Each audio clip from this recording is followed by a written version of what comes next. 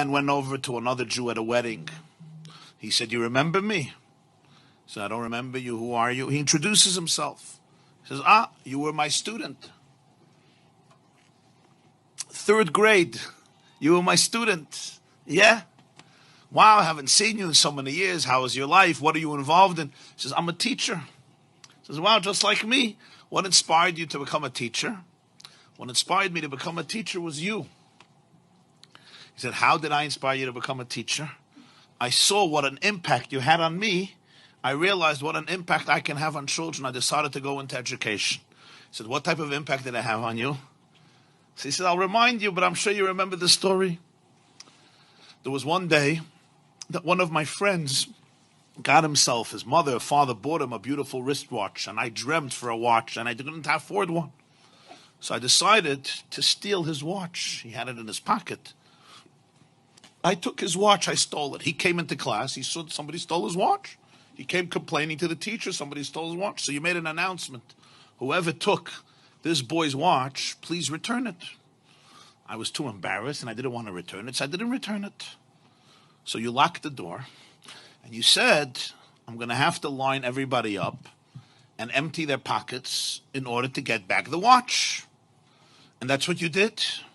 And I thought to myself, this is going to be the most shameful moment of my life. And then you said, "All boys line up at the wall, but I want everybody to have their eyes closed. Everybody's eyes must be closed."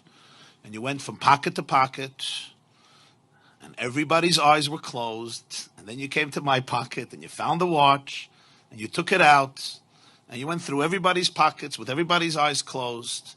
And then you said, "Okay, everybody can open their eyes." You gave the watch back to its owner, and you never ever said a word to me throughout the entire year. You never mentioned the story.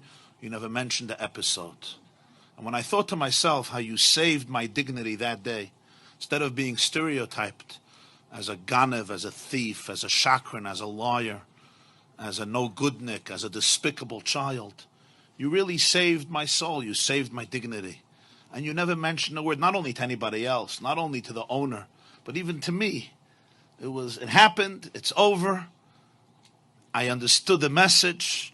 And when I looked at that, I saw it. I said, wow, this is what a teacher is. This is what a real educator is. This is what I want to do with my life. And therefore I went into education. The teacher is listening to him and he says, wow, that's amazing.